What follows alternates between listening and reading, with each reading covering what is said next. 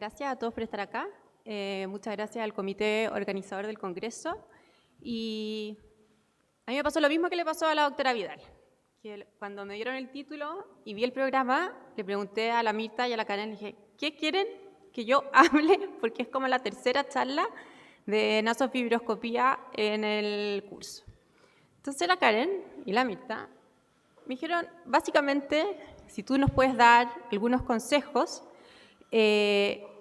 al auditorio para que podamos lograr nasofibroscopías que son más eficientes en nuestros pacientes pediátricos que tienen IVF. Entonces eso es lo que voy a tratar de hacer hoy día. Y me encantaría que si después de esta charla ustedes podrían lograr estos dos objetivos, creo que yo me iría feliz. Y siempre recordando que menos es más, súper puntual. ¿Qué necesitamos para hacer buenas nasofibroscopías? Y también es muy importante cómo vamos a reportar la nasofibroscopía. Y Karen y Mirta ya lo dijeron, más que el informe, yo les recomiendo grabar, porque así lo podemos mostrar a los cirujanos, que qué es lo que pasa en Latinoamérica.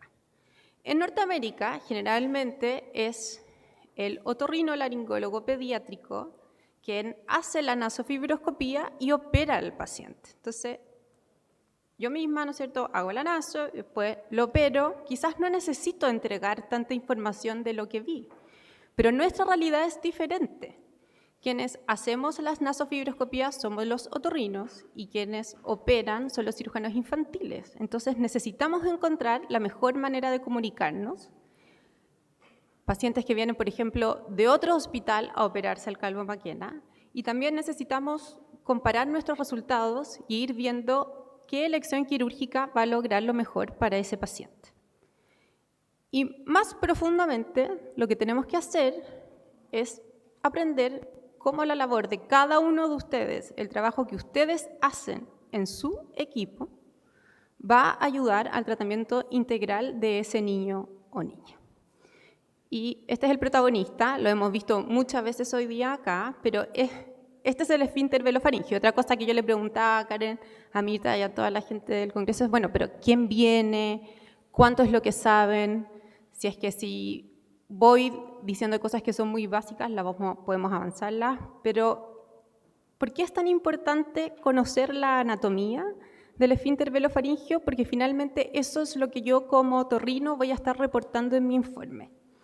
Y lo más importante es el velo del paladar, que está compuesto principalmente por 3 músculos y es el elevador del velo el músculo principal y es quien hace este movimiento que yo veo en la naso, ¿no es cierto?, hacia posterior y hacia superior para lograr cerrar este esfínter. Durante el habla, olvídense de la dilución, eso no es distinto. El tensor del velo lo tensa y lo estabiliza y el músculo ular le da la masa suficiente. Pero también están las otras paredes que también tenemos que informar, que es la pared faríngea posterior y la pared faríngea lateral derecha y izquierda, que están dadas principalmente por el músculo contractor superior. Y hay músculos accesorios que son muy importantes, sobre todo si hay otorrinos acá en el auditorio, porque nosotros al hacer amigdalectomías, que es lejos una de las cirugías más frecuentes que nosotros hacemos, podemos dañar estos músculos, que para el equipo de cirugía plástica es muy importante, sobre todo el palatofaringio, cuando hacen la esfinteroplastía en los pacientes con IVF. Entonces tenemos que fijarnos muy bien al operar a los pacientes de no dañar este músculo. Y hace mucho tiempo atrás se describieron los tipos de cierre, y eso lo conocemos todos, ¿no es cierto? Está el cierre coronal, que está dado principalmente por el movimiento del velo, el sagital, que está dado por el movimiento de las paredes laterales, el circular, donde las 3 en el fondo se mueven de manera similar, y el circular con pasaband, que es más atípico. ¿Y qué es lo importante? Que tanto en pacientes, o sea, en sujetos sin patología, como en pacientes con fisura, lejos lo más frecuente de encontrar es un cierre coronal. O sea, es el velo quien va a ir a cerrar este esfínter. Y eso es muy importante para el cirujano que va a hacer la corrección quirúrgica, que yo como otorrino, o si tú eres foniatra y tú haces la naso, o tú eres fonoaudióloga y tú estás haciendo la naso en tu lugar de trabajo, le informes eso. ¿Cómo hacemos la naso o cuál es la recomendación? Ojalá siempre usar equipos pediátricos, que son los más pequeños, ¿ya? Ojalá de 2.9 milímetros sería lo ideal. Hay otros un poquito más grandes, que otros de 3.7, que también son pediátricos, que sea flexible, que te permita tener una buena resolución. Los videonasofibroscopios tienen mucho mejor resolución que los nasofibroscopios antiguos.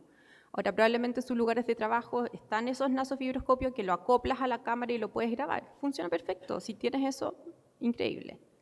Que sea con la voz grabada y que tú puedas grabarlo para comentarlo con el equipo si ya sea el cirujano o la fonoaudióloga no pudo estar ahí durante el examen, ¿ya? Y estos son 2 ejemplos que están disponibles de Storz. Nosotros generalmente usamos esa marca, pero da igual, lo importante es que tengas uno pediátrico. Y también contarles que existen los telepack, que son monitores más pequeños, que pueden acoplarles distintos tipos de instrumentos. Todos vienen con un pendrive que puedes grabar el examen, y a eso le puedes también, como les decía, poner su nasofibroscopio más antiguo. Y también está el Olympus, que en el fondo te vende la torre completa, que los dos estamos hablando de harta cantidad de dinero, pero que yo encuentro que si nos vamos a dedicar a esto vale 100% la pena tenerlo. Y lo que ya hemos hablado harto durante esta tarde, que es la preparación del paciente y su familia para el examen, lo importante es que lo hagamos. O sea, que ese paciente sepa a qué viene ese día. Que no sea una sorpresa para él encontrarse con un doctor o una doctora que le va a meter una manguera por la nariz. Tú tienes que decirle a la mamá que le explique a lo que viene. El niño se angustia, o sea, el no saber es peor que saber, ¿ya? Y contenerlo, tener el consentimiento de los padres y siempre un buen refuerzamiento positivo. En el Hospital Calvo Maquena, hace un tiempo, junto con el equipo de psicología y fonoaudiología, se creó esta cartilla informativa donde se le pide o se le explica a los papás que le cuenten al niño a lo que viene, principalmente que va a venir un doctor. Ahora, lo único que yo peleé es que por qué el otorrino es un hombre calvo y no, si somos varias otorrinos que estamos ahí, no era una mujer, pero como ven, yo no gané esa batalla. Y que se le va a poner un spray, que es otra cosa importante que preguntaron en la charla anterior. Cuando uno revisa la metodología de los trabajos, aparte de salir que todos son hechos con nasopediátricos, sí se usa anestesia tópica. En mi opinión, la anestesia tópica no va a inhabilitar el movimiento del esfínter para la evaluación, pero es molesta y es de mal sabor. Y esto te puede hacer que el paciente no quiera hacerse el examen, ¿ya? Si van a usar, usen Lido al 4, nunca al 10%, que también está comercialmente disponible. Esa es muy mala y arde un montón. Y yo creo que en pacientes que tienen hipertrofia de cornetes o tienen mucha rinitis, sí ayuda a usar el descongestionante tópico, ¿ya? Pero a veces los niños no quieren que uno le meta nada a la nariz y simplemente con explicar, y si está tranquilo, en la falda de su papá o de su mamá, con el papá, con los pies entre los pies del adulto, los pies del niño entre los pies del adulto y la contención con los brazos, podemos lograr un súper buen examen.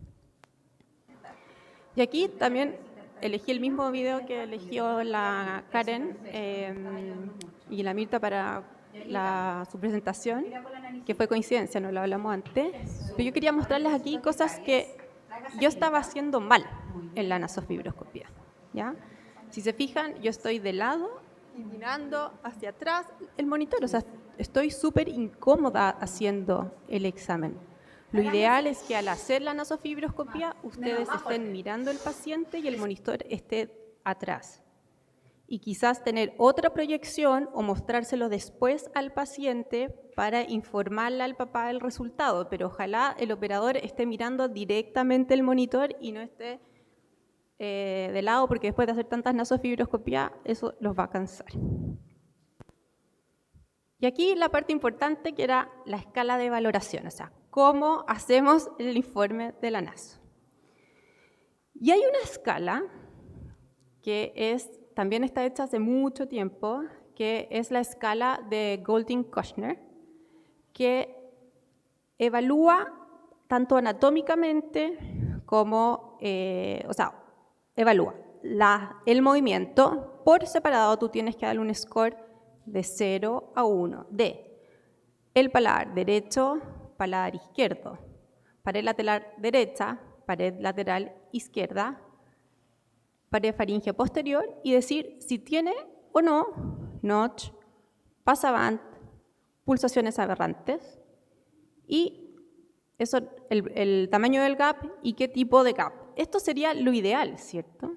Pero la verdad es que nosotros cuando hacemos, por lo menos no encontré publicaciones que mostraran consensos latinoamericanos o de voz de habla en español o castellano, en que todos pudiéramos hablar el mismo idioma, ¿ya? Pero sí hay evaluaciones y consensos de este tipo de escala para hacer informes en inglés, ¿ya? Y que se los voy a mostrar más adelante y que es muy importante porque al final cuando uno parte en esto, uno cree que al cirujano lo que le importa es como tiene o no tiene gap, cuál es el tamaño del gap, menor del 5%, mayor, y al final ese índice, el tamaño del gap, es lo que menos se relaciona cuando entrenan a la gente, o sea, entrenadores, o sea, operadores que fueron entrenados para nasofibroscopía, gente calificada, un mismo video le atribuía distinto porcentaje de gap. Entonces, al final no queremos eso, queremos que tú le digas, se mueve la pared lateral derecha, izquierda, cuánto se mueve el paladar, y eso idealmente es lo que debemos informar. Entonces, tenemos que decir, se mueve el velo hacia la pared posterior, cómo se mueven las paredes laterales hacia la línea media, tenemos movimiento de la pared posterior, hay o no pasaband, y eso nos va a decir cuál es el tipo del cierre. Gap. Si es que hay gap, tratar de estimar un porcentaje, si no lo puedes estimar, la verdad, según lo que vamos a ver más adelante, no es tan importante, pero sí es importante ver si es consistente, como vimos en casos anteriores, ¿no es cierto? Hay pacientes que no tienen gap con ciertos fonemas y tú, si lo vas a operar, puede quedar con SAOS ese paciente. ¿Con qué lograste hacer esa evaluación del movimiento velofaringeo? ¿Qué usaste? La doctora nos mostró súper ordenado, ella le graba el video a todos los pacientes con el mismo fondo, con las mismas frases, ¿cierto? Y eso es muy importante para cuando comparamos los resultados. ¿Lograste que el niño hablara o finalmente el niño no habló y lo que estás viendo fue con llanto, por ejemplo? Eso sí es importante anotarlo en tu informe. ¿Cómo están sus amígdalas y sus adenoides por el riesgo de SAOS con todos los procedimientos, sobre todo con el flap faríngeo? Hemos tenido pacientes y es importante que lo hablen. Hay que sacar amígdalas antes de operar. Hay que sacar adenoides antes de hacer un buen flap o una esfinteroplastía. Algunos dicen 6 semanas, otros dicen 6 meses. Esas cosas tienen que saberlo el cirujano que va a operar al paciente. Y también, como lo vimos más adelante, si hay alguna otra alteración de la estructura laringea. Y finalmente, si tienes notch, tienes pulsaciones, y yo encuentro que es muy importante para uno, porque estos pacientes van a ir a más nasofibroscopías, es que tú te hagas una nota. ¿Fue difícil o no? Cualquier comentario que puedas ponerle, anticípate, eso te sirve cuando el paciente viene de nuevo y dice, oye, se quedó tranquilo, cuando le dije tal cosa. Estas son cosas muy importantes. Estos pacientes nosotros los vamos a ver durante toda su vida. Entonces, como les contaba, hay una doctora de la Universidad de Washington, que es Kathleen C., que ella dijo, bueno, todos vemos pacientes con IVF y tratamos pacientes con IVF, pero cada uno informa la nasofibroscopía de manera distinta. Entonces, ella empezó a hacer un consenso para que, idealmente, quienes quisieran, todos informaran las nasofibroscopías con la escala de Colting-Kushner y logró hacer una muestra reunió a varios otorrinos pediátricos, les mostró las naso, las calificaron, llegaron a un consenso de calificación y después se las mostró a otro grupo de otorrinos, le dijo, ok, informa estas nasos primero, después les hizo el curso, que era un curso con video, y después le dijo, ok, ahora informan.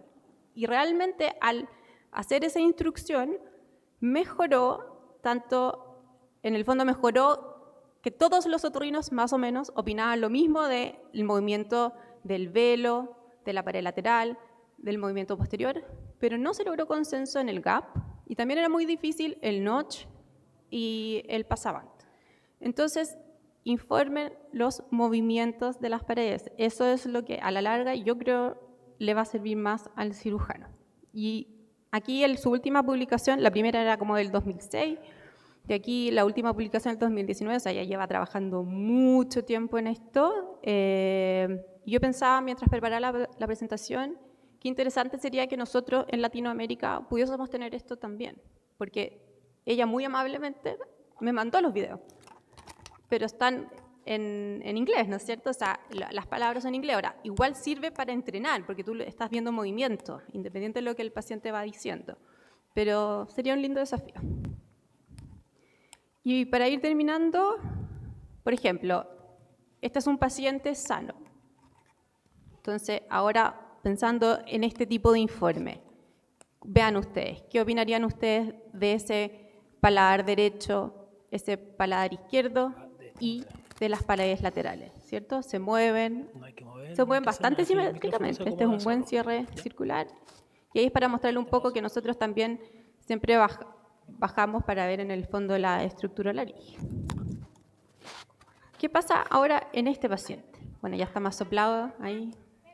¿Qué esperan encontrar en un 22Q? Miren la pared posterior derecha, que es el mismo video que solamente y tampoco lo conversamos. ¿No es cierto? Ella tiene en su pared posterior derecha una polarización bastante importante. ¿Va a inhabilitar la cirugía?